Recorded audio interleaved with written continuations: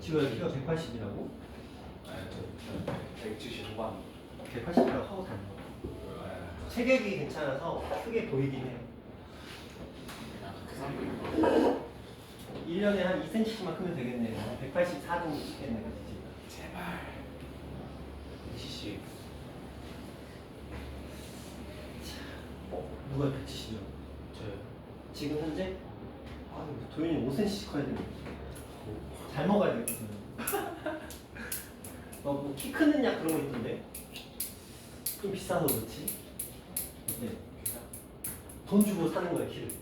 근데 일찍 안 자가지고. 어? 일찍 안 자가지고. 아, 일찍 앉아가지고.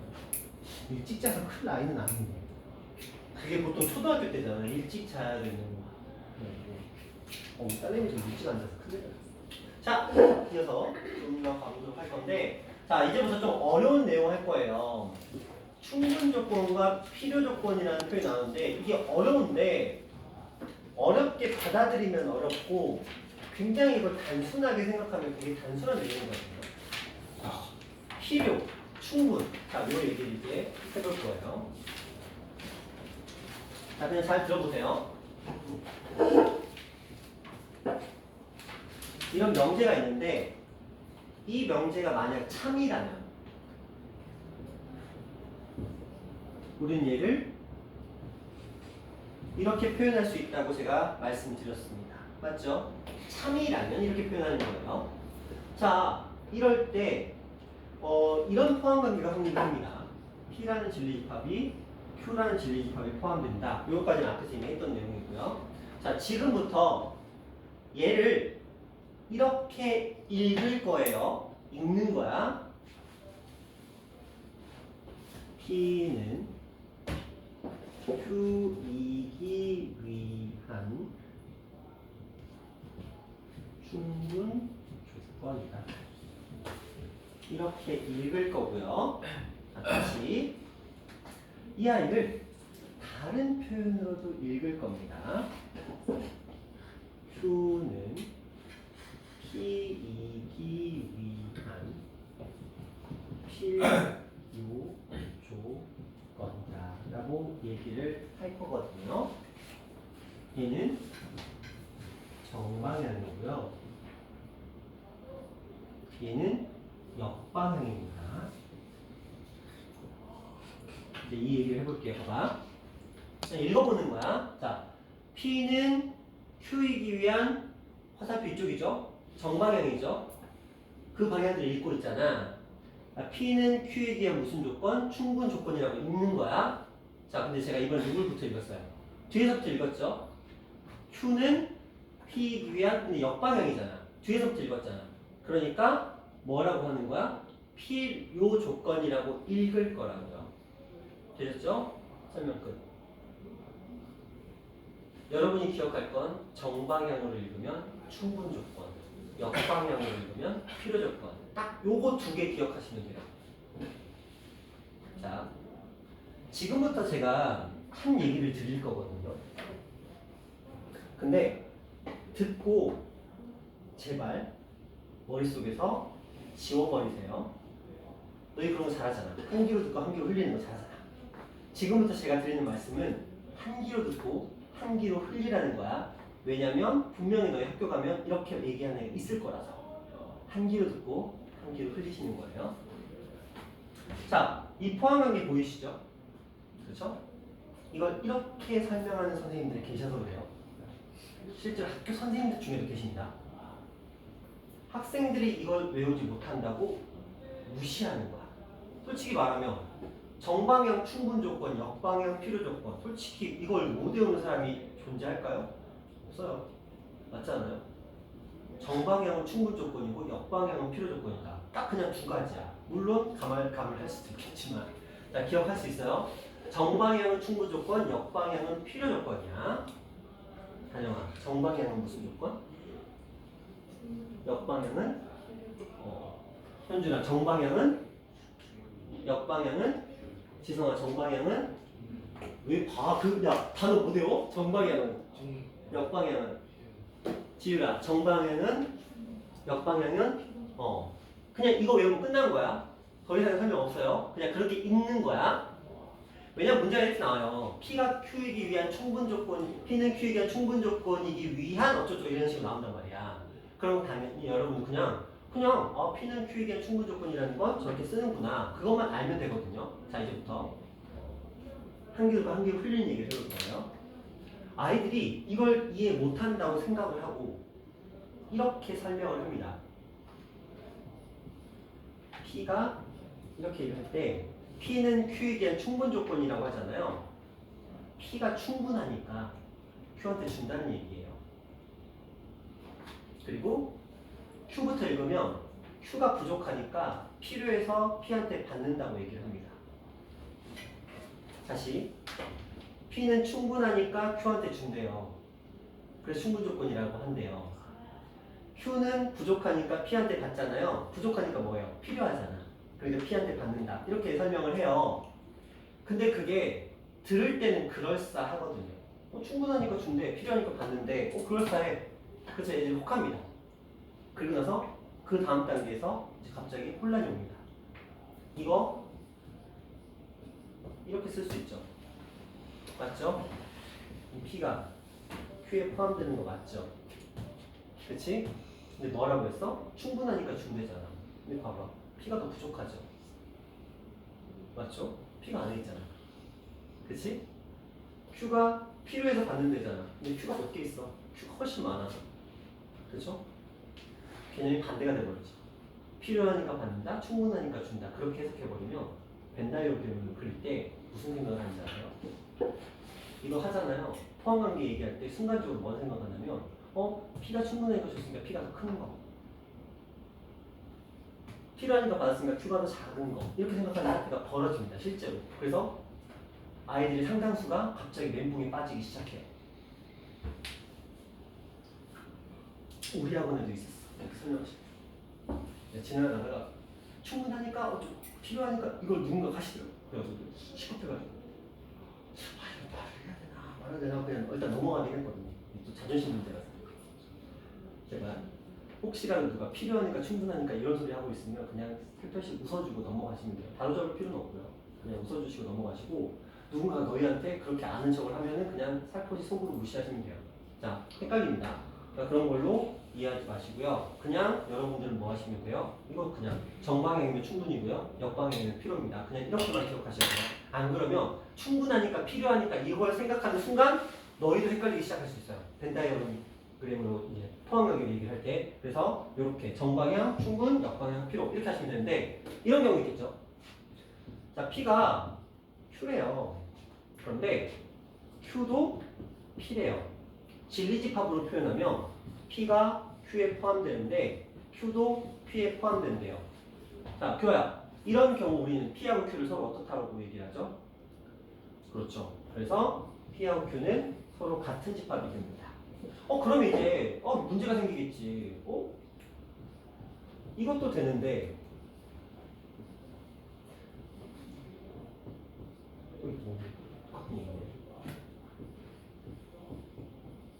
이것도 된다는 거야. 번거로우니까 어떻게 하자? 양방향으로 표현하자. 이렇게. 됐죠? 근데 얘는 필요도 되고 충분도 되잖아. 그쵸? 그러니까 어떻게 쓰자? 필요, 충분 조건이라고 얘기를 하자. 그 말은 뭐야? 자, 보자. 이렇게 표시하면 P는 Q이기 위한 필요 충분 조건. 다시 Q는 P이기 위한 필요 충분 조건. 진리집합은 서로 같은 집합. 되셨죠?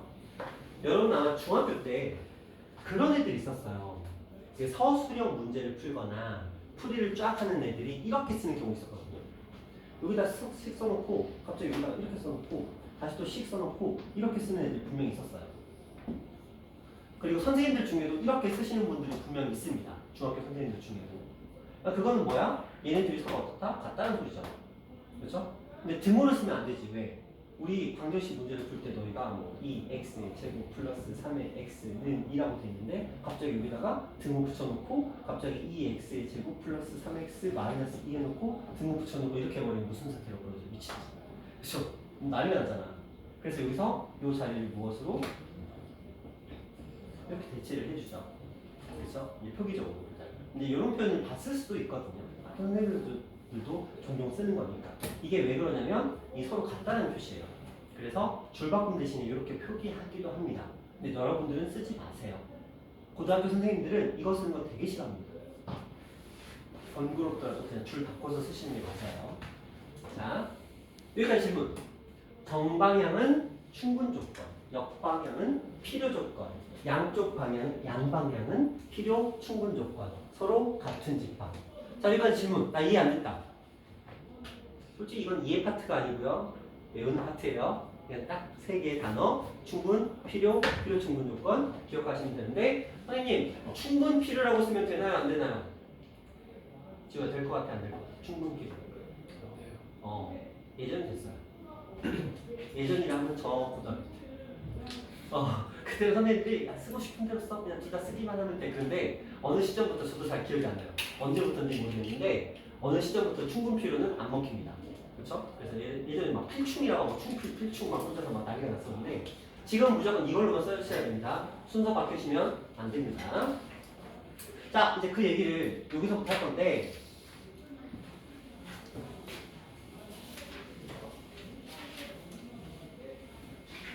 자, 개념 체크예요. 지금 세 가지 조건이 들어와 있습니다. P, Q, R. X, Y는 홀수이다. X 플러스 Y는 짝수이다. X, Y를 곱한 값은 짝수이다. 라고 되어 있고요. 그들의 포함 관계에 대해서 얘기를 하고 있습니다. 자, 한번 해볼게요. 자, 이때는 X도 홀수고요. Y도 홀수입니다. 둘을 더해서 짝수가 되는 경우는 X가 홀수, Y도 홀수 또는 X가 짝수, Y도 짝수일 수 있죠. 맞죠? 자, 이 경우는 X랑 Y를 곱해서 짝수라는 건 X가 홀수, Y가 짝수일 수 있고요. 또는 X가 짝수, Y가 홀수일 수 있어요. 또는 X도 짝수, Y도 짝수일 수 있어요. 그쵸? 자, 단순하게 보셔도 P가 가장 작고요. 그 다음에 Q, 그 다음에 R 순인 거 보이시죠? 그쵸? 그런데 잘 보시면 R에는 홀수 구성은 없어요. 또. 맞죠? R에는 홀수 구성은 없습니다. 자, 제가 이것까지 써드렸습니다. 이제 여러분들은 저 밑에 있는 1번, 2번, 3번을 채워주시면 됩니다. 필요 조건인지 충분 조건인지 필요 충분 조건인지를 써주시면 되는 거예요. 정방향이면 충분, 역방향이면 필요, 양쪽이 똑같은 양방향이면 필요 충분 조건으로 한번 생각해 보세요. 어떻게 될지. 첫 번째 건 어렵지는 않으실 것 같아요.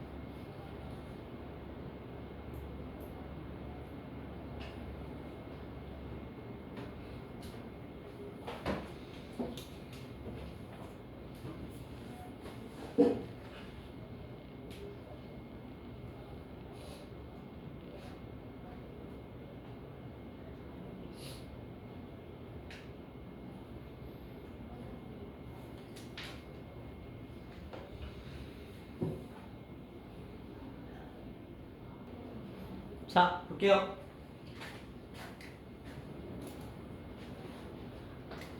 첫 번째, P는 Q에 의한 필요 충분 조건, 필요 조건 중에 무엇이냐라고 얘기를 하는데, 자, P는 이거밖에 없어. 홀밖에 없죠. 근데 Q는 홀과 짝짝이 있으니까 당연히 충분 조건입니다. 보니까 이건 다 하셨네요. 자, 두 번째 가볼게요. not P는 not Q이기 위한 무슨 조건이라고 물어보거든요. 자, not Q는 이거 두 개를 뺀 나머지잖아요. not Q는 x가 홀수, y가 짝수, x가 짝수, y가 홀수인 이 두 가지가 not P예요. 그럼 not Q는 뭐냐? not Q는 이게 not Q야, 이게 not Q야. 그럼 not P는 요거의 부정이니까 홀수, 짝수, 홀수, 그 다음에 짝수가 있어요. 보시면 홀짝, 짝홀은 여기 안에 이미 들어가 있죠. 그러니까 얘가 여기에 포함됩니다. 근데 순서가 지금 쟤는 얘랑 다르죠. not Q가 not P에 포함되는 거기 때문에 not Q가 not P에 이렇게 포함되는 거예요. 그러면 어떻게? 역방향이니까 무슨 조건? 필요 조건이라고 하죠. 자, 근데 이게 좀 더 여러분이 센스가 좀 더 앞으로 있게 되시면 이렇게 갑니다. 자, P는 Q에 의한 충분 조건이잖아. 그럼 습관적으로 대우를 써보세요. 맞죠? 대우 쓰면 이거잖아요. 이게 맞는 거거든. 근데 저 나피랑 나피의 위치가 바뀌어 있죠. 역방향이잖아. 그러니까 그냥 필요라고 쓰시면 됐던 거예요. 굳이 이거 안 해보셔도. 자, 그 다음에 3번 가봅니다. 3번 not R은 P이기 위한 무슨 조건이냐? 지금 R이 이거거든요. 근데 생각해봐. 홀짝짝이 있었어. 그럼 남아있는 거 뭐밖에 없어요? 홀만 남아있지. 그쵸? 그래서 not R은 홀 이것만 남아있는 상태입니다. 선생님 홀짝짝 이거의 부정이 실수도 있고 분수도 있고 유리수도 있고 무리수도 있는데 왜 이거예요? 써있어요. 자연수라고. 그쵸? 문제 안에 써있습니다. 저기가 없으면 안 돼요. 자, 이거 나와 있습니다. P 뭐래요? 홀이래요. 대놓고 갔죠. 그래서 무슨 조건? 필요 충분 조건이다 라고 대답해 주시면 되겠습니다. 자, 뒤로 가볼게요. 자, 그게 이제 7번과 8번은 우리가 이미 했었고, 자, 9번으로 넘어가면 이 녀석은 이제 필요 충분 조건 얘기들이 쭉 나오는데 9번에도 필충이고요. 10번도 필충입니다. 근데 11번도 필충이고요. 자, 유형이 세 가지나 나와요. 선생님, 뭐 필요 충분 조건 별거 없는데 어떻게 유형이 세 가지나요? 근데 필요 충분을 그냥 우리가 앞에서 이미 배웠던 문제들에다가 그냥 접목만 시키는 거라서 그렇게 막 큰 의미 부여는 하실 필요는 없는데 그냥 복습한다는 느낌으로 조금 가볼게요.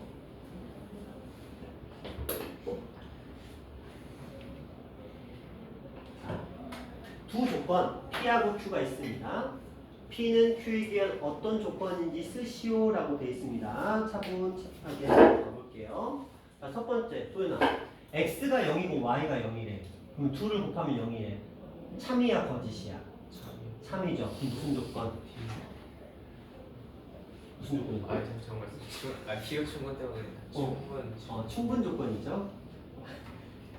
근데 역방향도 생각해봐. X랑 Y를 곱하면 0이잖아. 그러면 X도 0이고 Y도 0이다. 맞아요, 틀려요? 왜냐면 둘 중에 하나만 0이어도 되는 거니까. 잘했어. 그러니까 얘는 충분 조건이기만 한 거야. 현준아, 입 찢어지는 현준아. 생각보다 너 입이 작다, 현준아. 입을 쫙 벌렸는데 생각보다 입이 작아서 되게 귀여웠어. 입이 약간 옛날에 엄마 까투리라는 애니메이션이 있거든. 우리 딸내미들 때문에 한동안 진짜 많이 봤던 거예요. 그 엄마 까투리에서 애기들이 그 꽁지라고 있거든. 꽁지가 막내야. 왜 웃어? 쟤네 왜 비웃어? 막내 이름이 꽁지였어. 너 알아 혹시? 어떻게 알아? 엄마 까투리를? 엄마가 되게 좋아요. 나이대가 그게 아닌데? 엄마 까투리 나이대가 아닌데? 이게 옛날에 그래요? 자, 꽁지가 말할 때 입모양으로 살짝 비슷했어.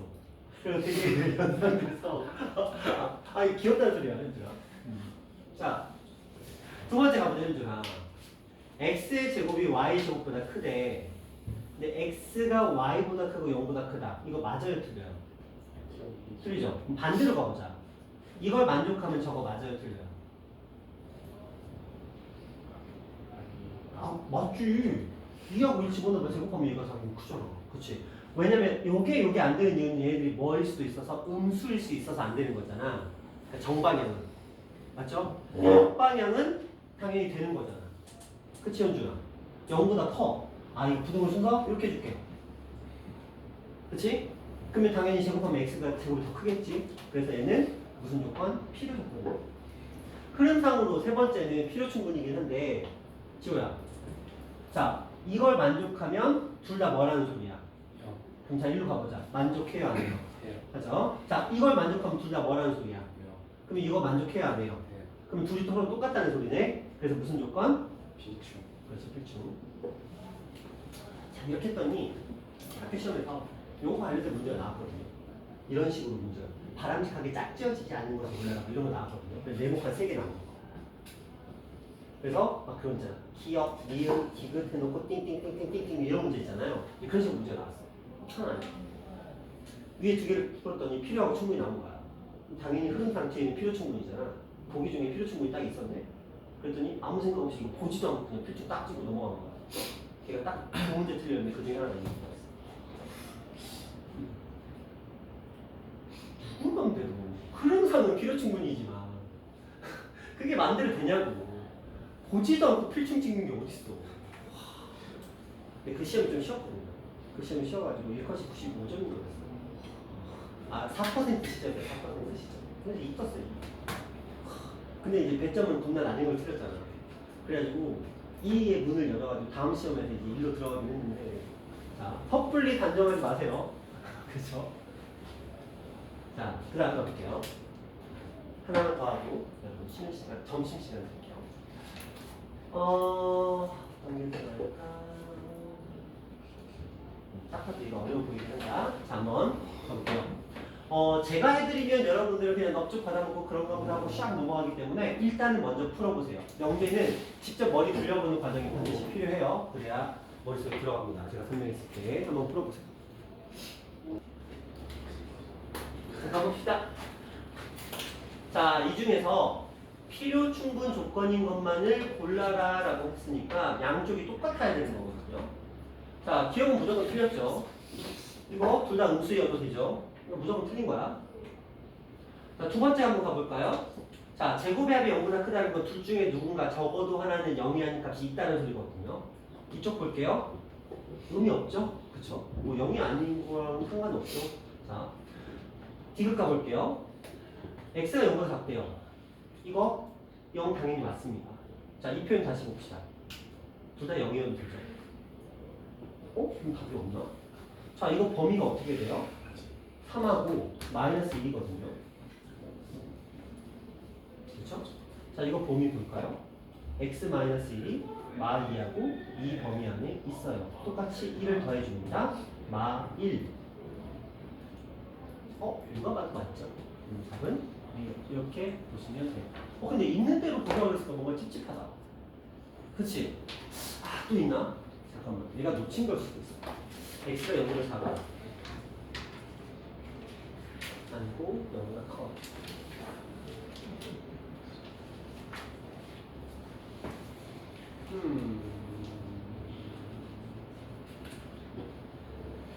아니고 1보다 크고 1보다 커.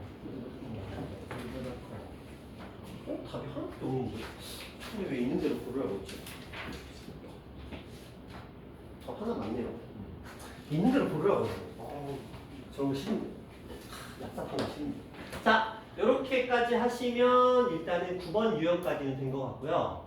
자, 10번부터 보면 어디서 많이 보던 것들이 다시 등장을 해요. 집합의 연산법칙의 포함관계에 필충을 접목시키는 방법이고요. 그 다음에 11번은 또 부등식 나왔어요. 부등식 나오고 이제 범위 구하는 문제. 이것도 포함관계거든요. 이 포함관계에 필충을 접목시키는 이 두 가지 유형은 여러분 식사하시고 나서 얘기를 할 거고요. 그 다음에 증명 단원이 있거든요. 이 증명 단원에는 두 가지 버전이 있어요. 하나는 단순하게 대우법이나 기류법을 이용한 증명 방법이 하나가 있고요. 또 하나는 절대부등식이라는 녀석이 하나가 등장을 하거든요. 우리는 이 절대부등식만 공부를 할 겁니다. 앞에 나오는 대우나 기류법은 방학 동안은 안 합니다. 왜냐면 이거는 여러분이 학교 시험을 볼 때 학교 선생님이 이거 낼 거야 라고 하십니다. 그러면은 교과서에 있는 거 9개에서 10개를 그냥 외우시면 되는 파트이기 때문에 굳이 문제집에 있는 부분을 할 필요가 1도 없고요. 수능에는 1도 안 나옵니다. 그래서 모의고사, 그러니까 수능에서는 안 다루고, 그 다음에 여러분 학교 시험에서는 선생님이 하고 싶으면 하는데, 하고 싶으면 교과서 문제만 합니다. 그렇기 때문에 여기 파트는 미리 선행을 할 필요는 절대 없고요. 그래서 하지만 이 절대부등식 파트는 굉장히 중요해요. 너무 중요합니다. 그래서 이쪽 파트는 우리가 방학 동안 공부를 하게 될 거다. 그러면 이 명제 단원이 마무리가 돼서 오늘은 가급적이면 이 명제 단원을 한번 끝내보는 방향으로 할 건데 무리하지는 않을 거고요. 자, 이렇게 해보도록 할게요. 자, 지금 시각이 12시 5분. 1시간은 드려야 되니까 1시 5분에 수업 시작할게요. 이따 뵙겠습니다.